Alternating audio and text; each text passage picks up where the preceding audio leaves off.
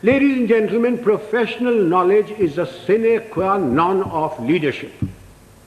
You have to have professional competence if you are expected to lead anything. It doesn't matter whether you are in the army, whether you are in a teaching profession, whether you are in industry.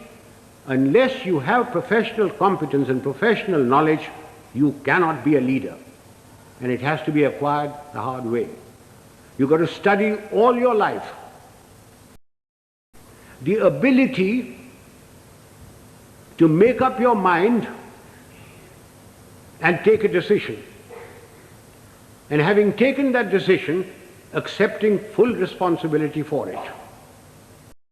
The ability to make up one's mind, take a decision, and then stand by it.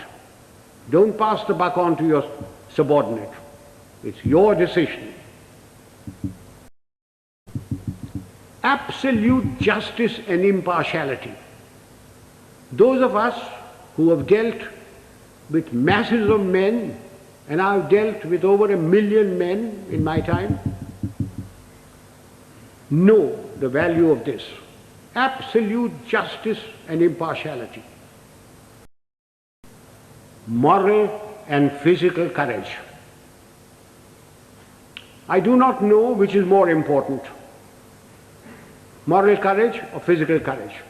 Were I talking to a lot of soldiers, I would lay emphasis on physical courage. But since I'm only talking to a handful of soldiers, and mostly civilians, I will lay emphasis on moral courage. What is moral courage? Moral courage is the ability to distinguish right from wrong.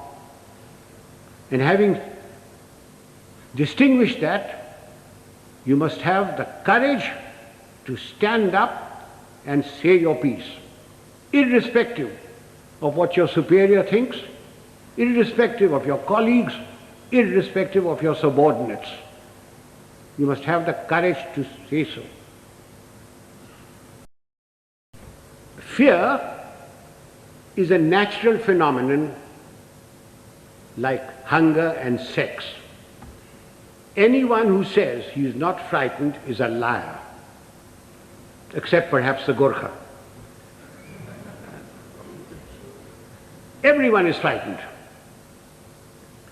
It is one thing to be frightened and quite another to show fear. It's when your knees are knocking and your teeth are chattering and you're about to make your own geography. That's when the real leader comes out.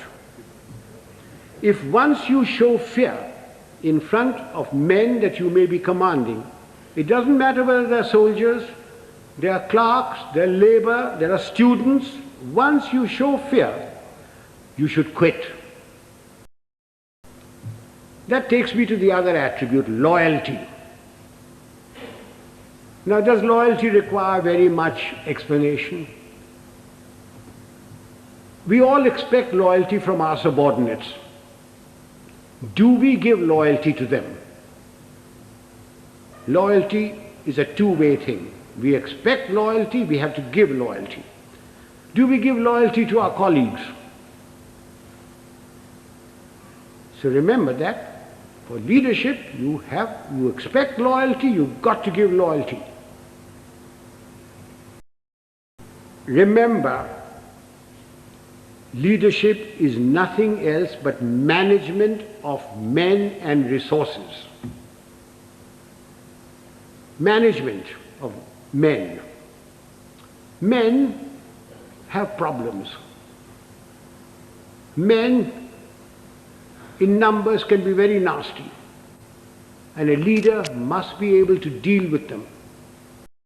Indians must know, and we lack badly. One is discipline, and the second is character. What is discipline? Discipline is a code of conduct for decent living in society, one with the other. Who lays down this code of conduct? Not the Prime Minister, not Parliament. Of course, it's laid down in the Army Act.